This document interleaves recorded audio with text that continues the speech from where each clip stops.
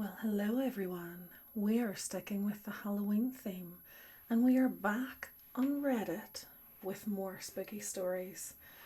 So I found this one and it's a long one, so I thought, let's go for it. Because the title of this one is Messed Me Up for Years. Anyone had something similar? I also posted this in the Scary Stories sub, but figured someone here may have some thoughts on it as well. Years ago, maybe 2006, 2007 ish, I took my girlfriend, now wife, to the movies. We were just out of high school and we decided to see The Exorcism of Emily Rose against her mother's advice. We made it through half the movie. She wasn't enjoying it all and neither was I.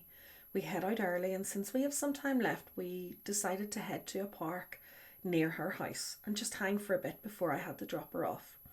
We park my truck and I take my keys out of the ignition and set them in my lap. A few seconds after this, the radio comes on and the LCD display is just showing weird symbols. And there's a deep voice coming from the speakers. It was really loud and clear, but the words it was saying weren't English. Neither of us understood what it was saying. We proceed to jump out of the truck, kind of freaking out. After the scary movie, we were very uneasy and this was just over the top. When we hopped out, the radio shut off and the voice stopped. After a few minutes, we decide we should head to her house. She lived less than a block away, so we speed over there.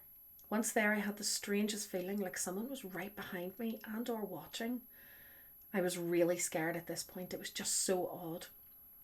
I called my mum and told her that I couldn't explain now, but I wouldn't be home tonight, and I would tell her more in the morning. No way was I driving that truck home alone in the dark. We sat for a while with her family and I asked her mum if I could stay the night there, and her dad said I could share a room with her brother.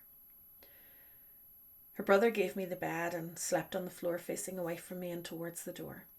After a bit sitting there propped up on my elbow facing the door, all of a sudden it got very cold and I couldn't move or talk. In the doorway walks a silhouetted figure that was black like smoke with solid white eyes and appeared to have dreadlocks and a high ponytail. It stood in the doorway for what seemed like forever, staring straight in my eyes, and then turned and walked into the bathroom. As soon as it leaves the door, I can move again. So I have to know if it's in the bathroom at this point. I nervously get up and get out of the bed. Her brother startles me by asking, "What are you doing?" And I say I have to go to the bathroom. Nothing was there.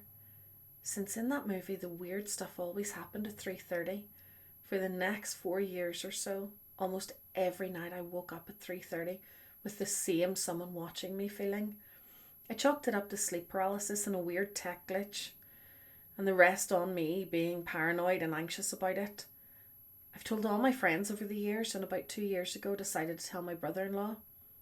He was dumbfounded when I told him and said he remembers that night very clearly, because he was frozen and saw the same thing. Wow. The person also apologised for their grammar sucking. That was a good one. Someone asks them, does this stuff still happen to you at all? It says not anymore. It seems like I've finally moved past this stage in life.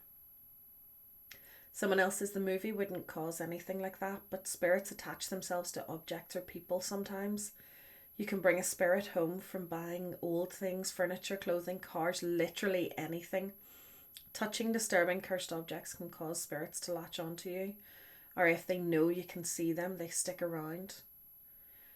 And their response was, for the few years after this day, there was a strange presence, a strong presence I felt for a while. I'd like to hear more of what you think on the cursed objects. That was a good one. Someone else says, OMG, I had a similar experience when I was younger, maybe around 6 or 7. It was early in the morning and I was just waking up, only to find I couldn't move, speak or breathe. As I was struggling to breathe and try to get my mum's attention, a tall figure that was like black smoke drifted into the room and stood at the edge of the bed. It stood there for a good minute and a half and then went into the bathroom too. My mum seemed like she was miles away from me and I still couldn't breathe, and I felt like I was being suffocated and like I was about to die. When finally I woke up, As soon as I composed myself, I checked the bathroom to find nothing there. We have someone else saying, yes, I had a similar experience, and I would like to say I believe it was a demon you encountered. Wow. Don't think I'd like to be saying that. Hello, Marmy. Hi. I don't know if you experience things like this, but I have found that as my faith in Jesus grows, I have less fear of these.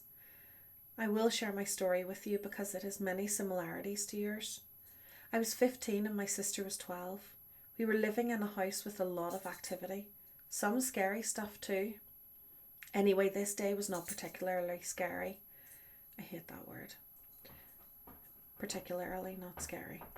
It was in the middle of summer vacation and we were sitting at home listening to an audiobook on tape. I'd listened to the book once myself already and my sister started talking, so I hit rewind on the tape, early 90s, and then hit play again. Then a voice came out that wasn't the woman that had been reading the whole book. If you could imagine that fear and evil made a sound, that was the voice coming from this tape player. It was masculine and just pure evil. It said things like, you're mine, your souls belong to me, and I'm coming for you. I was frozen in fear for a second, but then I reached over to shut it off.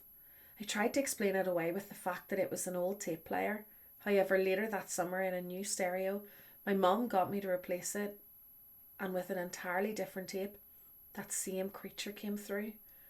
Demons are real. Jesus is real too, and I can tell that he is the way to have victory over fear of these things. I'm not saying this to influence you or anyone else. People will believe as their hearts go.